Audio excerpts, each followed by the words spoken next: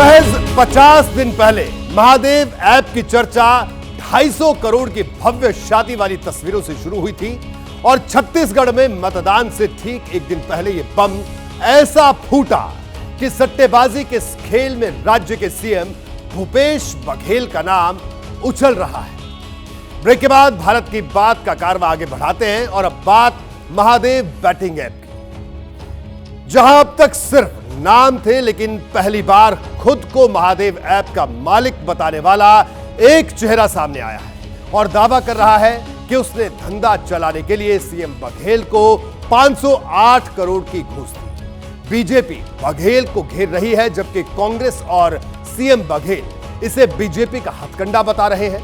तो चलिए आज भारत की बात में हम सीएम बघेल का नाम लेने वाले शुभम सोनी की गवाही को भी खंगालेंगे और ग्राउंड जीरो पर उन किरदारों तक भी पहुंचेंगे जिनका नाम सीएम बघेल तक पहुंचने की सीढ़ी के तौर पर लिया गया है। मैं शुभम सोनी बोल रहा हूं और मैं महादेव बुक का ओनर हूं। ये रहे उसके डॉक्यूमेंट्स।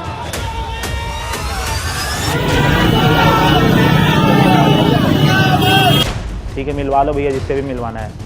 तो वो बोले कि चलो अब मिलवाता हूँ। हम गए साथ में, वहाँ पर सीएम सर और बिट्टू भैया से हमारा मीटिंग हुआ। हमारे बघेल साहब, बिट्टू भैया और उनके जो लोग हैं उनको मैंने 508 करोड़ रुपए दिया है। 5000 करोड़ का अभी तो शुरुआती जांच है महादेव ऐप का घोटाला, जिनके कारण उनकी नींद उड़ी हुई है। प्रेस विज्ञप्ति जारी करती ईडी, वीडियो जारी करती बीजेपी, तो ईडी ही बीजेपी है, बीजेपी ही ईडी है। सौरभ चंद्राकर और उसके बैटिंग ऐप के तमाम किरदारों का रिश्ता छत्तीसगढ़ से निकला था। एक तरफ ईडी की जांच आगे बढ़ रही थी तो दूसरी तरफ छत्तीसगढ़ विधानसभा चुनाव नजदीक आ रहा था और फिर शुक्रवार शाम को ईडी ने एक ऐसा बम फोड़ा जिसकी गूंज पूरे देश में सुनाई देने लगी। भूपेश बघेल भ्रष्टाचार के साथ जुड़ा हुआ है कि नहीं? जुड़ा है। और ये सट्टेबाजा, सत्ता के लिए सट्टेबाजा। आप बताइए, महादेव ऐप में 508 करोड़ रुपए बघेल को दिया गया कि नहीं दिया गया? दिया गया। अब एक दूसरे व्यक्ति जो मैनेजर कह रहे थे अभी तक अपने को, वो चुनाव के 4 दिन पहले मालिक बताते हैं अपने आप को। तो जाहिर है कि ये सब चीजें राजनीतिक द्वेष निराधार तरीके से की जा रही हैं। शुक्रवार को ईडी ने दावा किया था कि महादेव बैटिंग ऐप मामले में राज्य के मुखिया भूपेश बघेल को 508 करोड़ रुपए दिए गए थे।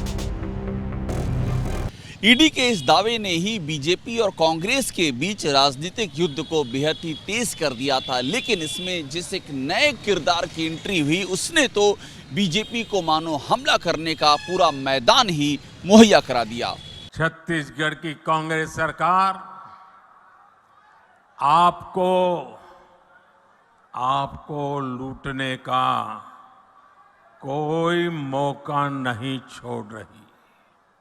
इन्होंने तो महादेव के नाम को भी नहीं छोड़ा है। रायपुर में बहुत बड़ी कार्रवाई हुई है, रुपयों का बहुत बड़ा ढेर मिला है। इस पैसे के तार छत्तीसगढ़ के उन तक जा रहे हैं।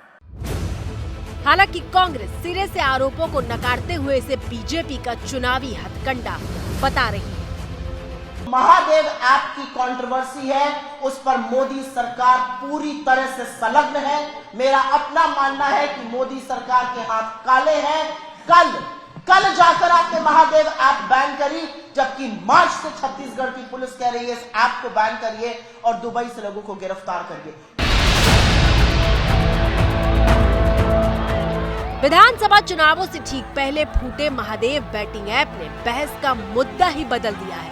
चुनावी रैलियों से लेकर प्रेस कॉन्फ्रेंस तक और सोशल मीडिया पर ट्वीट से लेकर इंटरव्यू तक वार पलटवार, आरोप प्रत्यारोप के बीच सिर्फ एक नाम सुनाई दे रहा है और वो है महादेव। 1.5 साल से ये इन्वेस्टिगेशन के नाम पे उनसे पैसा ले रहे हैं और इसीलिए तो 508 करोड़ दिए हैं महादेव ऐप ने।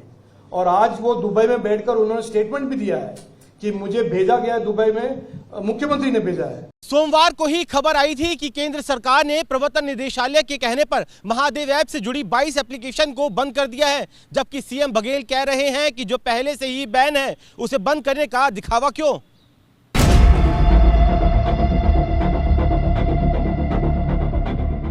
उन्होंने एक ऐप बंद किया जो कि भारतीय सर्वर में प्ले स्टोर पर पहले से नहीं है। इनकी मंशा बंद कराने की नहीं है, ये लोग अपने कस्टमर को APK भेजकर सट्टा खिलाते हैं। मैं स्तब्ध हूँ कि भारतीय राजनीति में पहली बार छत्तीसगढ़ में कांग्रेस पार्टी दुबई के माध्यम से हवाला ऑपरेटर्स के सहयोग से अपना चुनाव लड़ रही है। महादेव ऐप के मुद्दे पर बीजेपी और कांग्रेस के बीच छिड़े राजनीतिक घमासान का ट्रेलर आपने देख लिया, लेकिन अब बारी नए किरदार के बयान के पोस्टमार्टम की, जिसमें वो 4 किरदारों का नाम ले रहा है। मैं शुभम सोनी बोल रहा हूँ और मैं महादेव बुक का ओनर हूँ। ये रहे उसके डॉक्यूमेंट्स।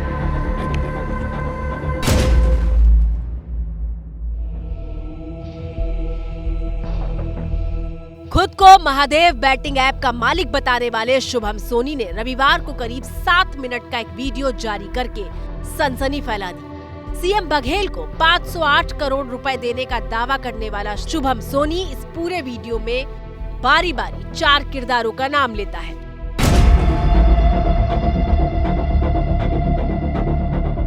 मुझे पता चला वर्मा जी के बारे में, फिर मैंने उनसे मीटिंग की, फिर मुझे समझ लो हफ्ता वसूली वाला काम चालू हो गया और ये हुआ कि अब उनको मुझे हर महीना 10 लाख रुपए देना है। वो वर्मा कौन है जिसे हर महीने 10 लाख रुपए देने की डील हुई थी? तो वर्मा जी से मैं मिलने गया। वर्मा जी और गिरीश तिवारी मुझे मिले रायपुर एयरपोर्ट रोड पे।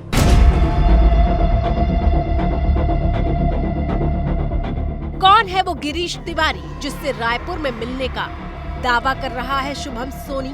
वर्मा जी तो वहीं उतर गए, फिर गिरीश तिवारी मुझे लेके गए। हमारे उस समय के SP हैं प्रशांत अग्रवाल जी, उनसे जाके मेरा मीटिंग कराया। महादेव बैटिंग ऐप मामले में रायपुर के SP प्रशांत अग्रवाल का नाम क्यों ले रहा है शुभम सोनी?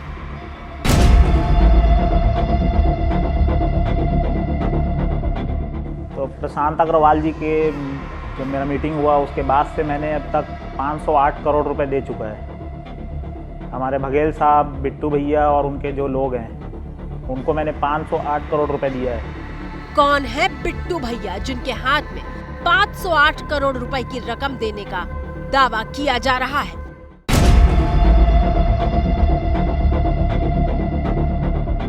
शुभम सोनी ने 4 किरदारों के नाम लिए हैं और इन किरदारों का रिश्ता छत्तीसगढ़ और इस रायपुर से है। मैं इस समय ग्राउंड जीरो पर हूँ। रात हो या फिर दिन हो, कोशिश रहेगी ये कि इन चारों किरदारों तक पहुंचा जाए और इस मामले की तह तक जाने की कवायद की जाए। शुरुआत करते हैं किरदार नंबर 1 यानी कि वर्मा से।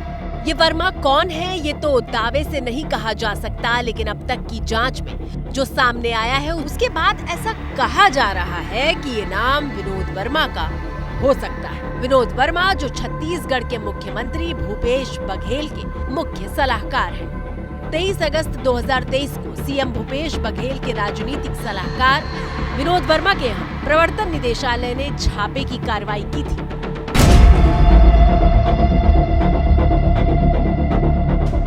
पहले किरदार के तौर पर एबीपी न्यूज संवाददाता अभिषेक उपाध्याय ने छत्तीसगढ़ की राजधानी रायपुर में सबसे पहले विनोद वर्मा से संपर्क करने की कोशिश की। हम रायपुर में विनोद वर्मा के घर के बाहर पहुंचे, कई बार कॉल बेल बजाई, दरवाजा खुलने का इंतजार किया। काफी देर बाद दरवाजे के उस पार एक शख्स दिखाई दिए। उनसे विनोद वर्मा से मिलने के लिए कहा। साहब कहाँ गए हुए हैं? कार्ड दे दो मेरा अगर हो तो। क्या कि साहब को कार्ड दो, तो दिल्ली से आए हैं। अंदर बैठे हो तो दे दो कार्ड।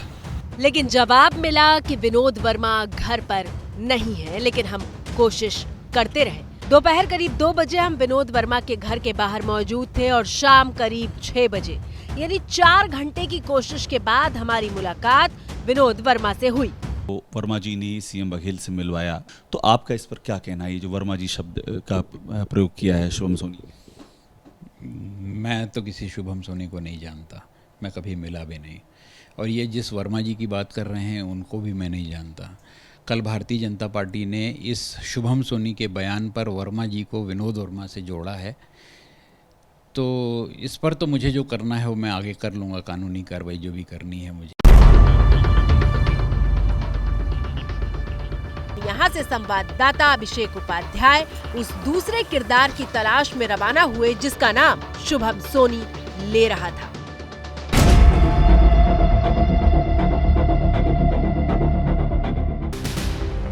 गिरीश तिवारी जो रायपुर में क्राइम ब्रांच के ऑफिसर है, लेकिन शुभम सोनी गिरीश तिवारी का नाम क्यों ले रहा है ये जानने के लिए हम सीधे रायपुर में क्राइम ब्रांच के दफ्तर पहुंचे।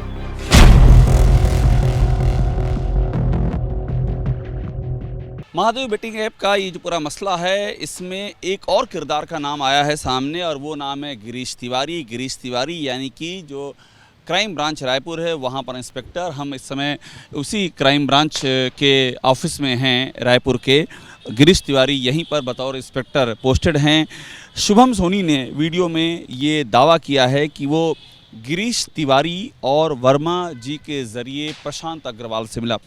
इस दावे के मुताबिक गिरीश तिवारी जो क्राइम ब्रांच में इंस्पेक्टर हैं, फ़ोन पे हमारी उनसे बात भी हुई है, वो इनकार कर रहे हैं। वो कह रहे हैं मैं शुभम सोनी को नहीं पहचानता हूं, मुझे नहीं पता कि वो ऐसा दावा क्यों कर रहा है।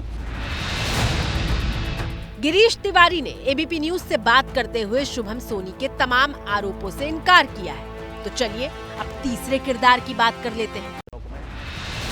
तीसरे किरदार के तौर पर शुभम सोनी ने बिट्टू भैया का नाम लिया था, तो एबीपी न्यूज संवाददाता सीधे रायपुर में सीएम निवास पहुंचे।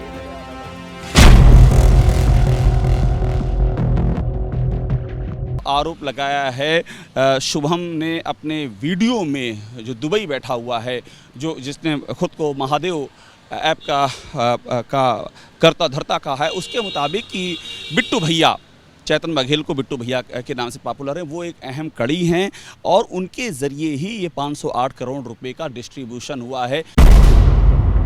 ये बात बेहद चौंकाने वाली है कि जिस महादेव बैटिंग ऐप मामले में पुलिस उसके मालिकों की तलाश कर रही है, उसका एक मालिक अचानक सामने आता है और सीएम को घूस देने का दावा करते हुए एक के बाद एक तमाम किरदारों का नाम लेने लगता है। क्राइम ब्रांच के अफसर से लेकर रायपुर के एसपी तक को समेट लेता है।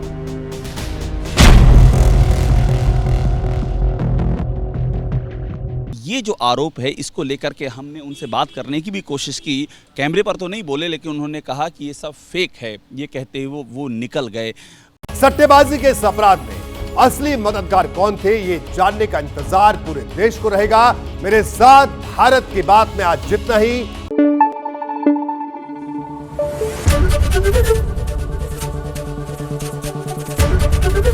एबीपी न्यूज आपको रखे आगे।